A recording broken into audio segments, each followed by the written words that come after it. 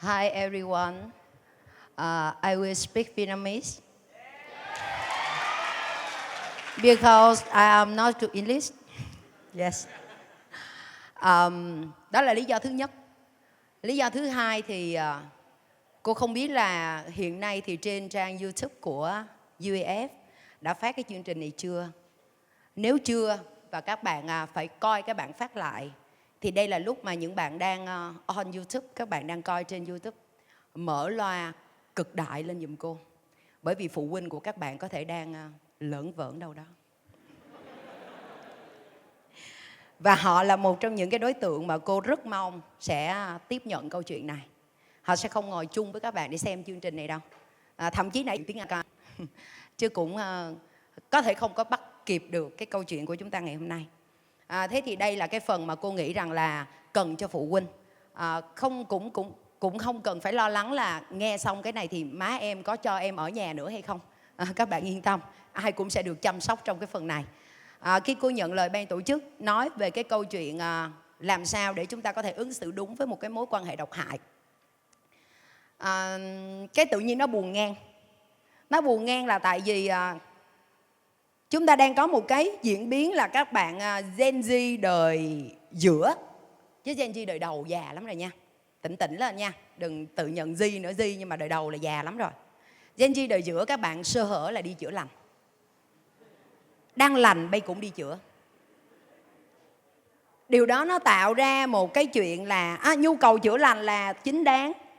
Nhưng chúng ta quên mất rằng chúng ta đang ở trong một cái cộng đồng mà về bản chất dân tộc Việt Nam là một dân tộc cần được chữa lành. Ở nhiều thế hệ. Chúng ta đang có cơ bản là 4 thế hệ đang sống chung với nhau. Ông bà của chúng ta là thế hệ bước ra từ cuộc chiến. Ba mẹ của chúng ta trưởng thành từ một cái giai đoạn khó khăn về kinh tế. Và chúng ta được sinh ra khi mà cái hệ thống vật chất cơ bản là đủ đầy. Và em cháu của chúng ta là Gen Alpha. Gen Alpha đời đầu đang học lớp 8 rồi nha. Báo cho mấy anh chị Gen Z hiểu là mình không còn trẻ thơ nữa đâu. Hết nhận quà 1 tháng 6 rồi nha. Thì 4 cái thế hệ này là 4 cái chấn thương rất đặc thù. Và từ cái sự đặc thù đó chúng ta rất khó kết nối với nhau. Và cái việc mà cô cảm thấy cô buồn ngang khi mà mỗi lần nghĩ tới cái chuyện là các bạn đi chữa lành á, là đáng lý ra các bạn phải rủ cả nhà đi chữa lành. Nhưng mà mình đi chữa một mình. Mình đi chữa một mình xong mình lại quay về đúng một cái không gian mà ở đó mình vẫn phải sống chung với những mối quan hệ còn lại. Cái mình lỡ tiếp. Đáng lý ra mình đi là mình lành rồi đó. Xong mình về cái mình lỡ tiếp. Mình lỡ tiếp cái mình lại phải đi kiếm tiền để mình đi chữa cho nó lành tiếp. Thì cái câu chuyện nó cứ lặp đi lặp lại. Và những cái vết thương mà nó tái đi tái lại thì nó chỉ nặng hơn chứ nó không có khỏe hơn được. Với câu chuyện ngày hôm nay cô cảm thấy là mình được 12 phút. Mặc dù đã xin thêm 2 phút vẫn quá ít ỏi. Cho nên cô sẽ cố gắng. Khi mà bàn về cái việc nó không đi nữa rồi đó các bạn. Ok. Chúng ta sẽ nói về cái việc là quan trọng nhất trong vòng vài phút, giờ không còn vài chục phút nữa, còn có vài phút thôi. Thì làm sao để nhận diện được một cái mối quan hệ mà chúng ta gọi nó là độc hại, chúng ta gọi nó là toxic. Thì bây giờ cô sẽ nhờ các bạn quan sát giùm cô cái hình này. Một cái hình rất là kinh điển mà hầu như các bạn gặp cô Nhi A ở đâu là các bạn sẽ thấy cái hình này ở đó. Cô muốn hỏi các bạn một câu thôi. Nếu như chúng ta nhân cách hóa 2 con chim bồ câu này lên. Mình nên đứng giữa đi, mình che mất một con rồi. Ở giữa là con đại bàng hay chim ưng gì đấy. Thì nhân cách hóa lên nha. Thì cô muốn hỏi các bạn là theo các bạn trong cái tương quan của hai cái nhân vật ở trên này thì đứa nào là nạn nhân của đứa còn lại? Đứa trong lòng. Are you sure? Trưởng thành lên anh ơi. Nhưng đáp án đầu tiên là con bên này. Đồng ý. Mình hỏi là người ta trả lời là mình phải ghi nhận. Đồng ý. 2 con luôn. Em theo trường phái thà đánh lầm còn hơn bỏ sót ha. Có chính kiến lên bé. Có chính kiến lên, kệ thi rớt thì thi lại. Rớt học lại không sao hết. Con nào? Giờ còn có một con bên ngoài thôi á. Con chánh giữa. Con chánh giữa là gây ra tai họa cho 2 con đó. Đây. Bây giờ mình vậy đi ha. Mình có thể ốp đèn follow được không? Chói quá. Đúng rồi. Cảm ơn các bạn. Ai ở đây đồng ý con bên trong lòng? Tức là bây giờ mình theo đúng cái chiều tay của mình luôn. Ai nghĩ rằng là bên kia mới là nạn nhân thì giơ tay trái. Ai nghĩ rằng bên đây là nạn nhân giơ tay phải. Vui lòng không giơ hai tay. Tay trái áp đảo luôn. Rồi, cảm ơn ạ. Chàng trai áo xanh, em đã đi ngược lại với xu thế. Vì sao em giơ tay phải trong tình trạng rất cô đơn luôn. Ít người giơ tay phải lắm. Lý do ạ?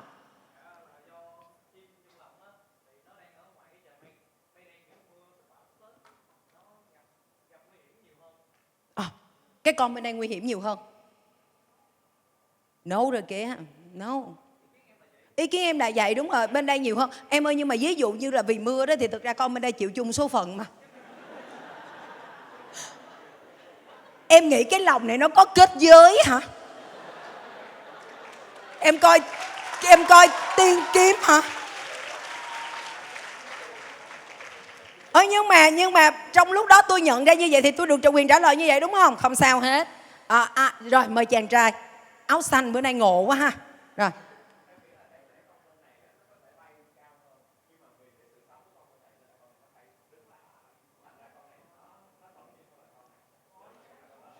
Nó tội nghiệp. Em ơi, chuyện tình của mình ổn không em? Phải là những người có câu chuyện mới trả lời được cái này. Phải là những cái người rời đi không có được. Đáng lý ra rời đi rồi đó, nhưng mà rời đi không có được. Ở lại trong đau khổ, trong dằn vặt, trong sự hối hận, trong một cái cảm giác là mình không biết phải làm sao. Và đó là lúc nó là nạn nhân. Đúng không ạ? Nó là nạn nhân khi đáng lý ra nó đã có thể đi được. Và đây là một cái cụm từ mà các bạn gặp rất nhiều, gaslighting hoặc là thao túng tâm lý. Đây là nạn nhân. Còn con bên này có khả năng là nạn nhân không ạ? Có chứ, nhìn vô là thấy liền luôn. Đó là sự tấn công mang tính trực tiếp. Với cái việc đó là gì? Mày có tin tao bài không? Đây là một câu trả lời mà sinh viên và học trò đã từng trả lời mình nha. Cô con mà là con bên ngoài lòng con sẽ ở lại và con chọc tức cái con trong lòng. Con chọc tức bằng cách nào? Con sẽ cà nhúng. Mỗi lần con nhúng một cái con sẽ hỏi nó là mày có tin tao bài không? Có nghĩa là đe dọa một cách trực tiếp đến sự sinh tồn của họ. Vậy thì ở đây các bạn thấy là chúng ta thông thường vẫn hay nghĩ về toxic, vẫn hay nghĩ về mối quan hệ độc hại theo kiểu này nè. Theo cái kiểu đó là ai đấy phải tấn công tôi, tấn công về mặt thể lý, đánh đập tôi, bỏ đói tôi, bạo hành tôi. Nhưng mà đời sống tâm lý của con người nó phức tạp ở chỗ là những cái mối quan hệ xã hội độc hại nó kinh khủng ở chỗ là nó khó nhận diện. Một cái mối quan hệ độc hại nhận diện được bằng hành vi nó vẫn chưa độc hại cho lắm. Tại vì người ta có thể can thiệp được bằng cái sự hỗ trợ của những người còn lại trong cộng đồng. Các bạn tin hay không thì mình vẫn có hội phụ nữ, vẫn có khu phố. Còn các bạn ở trong khu phố không ai quan tâm thì do các bạn xui thôi. Rồi. Nhưng mà những cái mối quan hệ mà tôi không nhìn ra được và tôi cảm thấy là mình phải ở lại vì những cái chức phận mà tôi đã bị ràng buộc từ trong tiềm thức, thuộc về vấn đề nuôi dạy, thuộc về những cái bổn phận mà ở đó nó không đúng với bản chất của cái câu chuyện là giúp người ta phát triển, thì đó là độc hại. Mà cái độc hại này rất khó nhận diện. Và còn thêm một vấn đề độc hại nữa mà ngày hôm nay mình chỉ có thể mở ra cho các bạn thôi. Đó là chúng ta đã nói quá nhiều về mối quan hệ độc hại ở bên ngoài, ngoại biên. Chúng ta quên mất có một cái thứ độc hại nó thuộc về nội tại của các bạn. Là các bạn cũng ứng xử với chính bản thân mình rất độc hại. Chính vì độc hại như vậy cho nên mình bắt đầu có xu hướng tìm kiếm những hành vi mà nếu như mà nhìn bằng góc nhìn văn chương người ta gọi là thú đau thương đó. Nhưng mà về thực tế đó là bản thân mình đã không nhận gì được chính mình. Thế thì trong tâm lý, hai cái thuộc tính tâm lý rất là cơ bản. Next giùm cô đi các bạn. Nó bất hợp tác rồi. Ok. Thì cái việc độc hại này nó dựa trên những cái hành vi rất là cụ thể. Có vẻ chúng ta đã bỏ lỡ một cái gì đấy. Rồi, đây là cái công cụ để ở đó người ta có thể theo nó mà nhận diện sự độc hại. Đồng thời cũng theo nó mà xây dựng lại sự khỏe mạnh để bước ra khỏi cái sự độc hại đó. Một cái mối quan hệ độc hại trước hết là một cái mối quan hệ mà ở đó các bạn tự về test nha. Và tôi không chịu trách nhiệm về tất cả mọi sự gãy đổ sau tối hôm nay. Rồi, là một cái mối quan hệ, nếu như với mình nội tại, mình không biết mình muốn gì, một người không biết bản thân mình muốn gì, thì chính bạn đang tự độc hại với bạn. Bởi vì bạn không nhận diện được những cái gì mà mình cần phải thao tác, cần phải thực hành, cần phải thỏa mãn. Và lúc đấy chính bạn cũng không yêu quý về bản thân của bạn đâu. Bởi vì bạn nhìn thấy cái sự tồn tại của mình nó rất là vô nghĩa. Một cái mối quan hệ bên ngoài độc hại, đó là mối quan hệ không hề quan tâm đối phương có nhu cầu gì. Thực ra công cụ này rất gần với các bạn, tháp nhu cầu của Maslow. Cho nên mỗi lần mà tôi cảm thấy không hài lòng trong mối quan hệ đó thì tôi quýnh. Và khi tôi quýnh vào đây hợp thức hóa cho hành vi quýnh của tôi, thì tôi sẽ có một cái phát ngôn, đó là anh yêu anh mới ghen, mà anh ghen anh mới quýnh. Mà vấn đề là mấy đứa tin. Cái chuyện ảnh nói là chuyện của ảnh, nhưng mà cái chuyện kinh dị ở chỗ là các bạn tin. Đó là lúc mà mình đã thao túng rồi đó, mình bị thao túng. Một cái mối quan hệ mà ở đó người ta không nghĩ tới sự an toàn của người còn lại. Người ta không nghĩ tới cái việc là người còn lại mong muốn được giao tiếp một cách văn minh. Người ta cũng không quan tâm về nhu cầu muốn được tôn trọng của các bạn. Người ta sẵn sàng gọi các bạn bằng bất cứ một cái danh xưng gì. Hoặc là người ta sẵn sàng đặt các bạn vào những cái tình huống xã hội mà ở đó mình không có giá trị. Và đặc biệt là không cho phép bạn được thể hiện. Ở nhà anh nuôi đâu đó, gia trưởng mới lo được cho em đâu đó. Ok. Thì đó là cái dấu hiệu đầu tiên. Dấu hiệu thứ hai, đó là cái việc mà tôi biết bạn có nhu cầu, nhưng tôi sẽ không để cho bạn tự trưởng thành, mà tôi là người cung cấp năng lực để thỏa mãn nhu cầu của các bạn. Và đây là lý do mà mình muốn các bạn mở volume to lên cho phụ huynh nghe. Vì bằng tình yêu thương vô bờ bến và kỳ lạ của phụ huynh, chúng ta có những phụ huynh làm hết mọi thứ cho con. Làm hết mọi thứ, từ cái việc là không cho nó hình thành năng lực tự lao động, không cho nó hình thành năng lực tự bảo vệ, không cho nó hình thành năng lực chủ động giao lưu, không cho phép nó được tự công nhận. So con mình với con nhà người ta, con cần gì mẹ sẽ cung cấp cái đấy cho con đừng đi đâu, đừng gặp gỡ ai hết, ở nhà với mẹ. Và mọi người sẽ nhân danh điều đó là vì tình yêu của phụ huynh. Và đó là lý do chúng ta thấy là ngay trong gia đình cũng có mối quan hệ độc hại.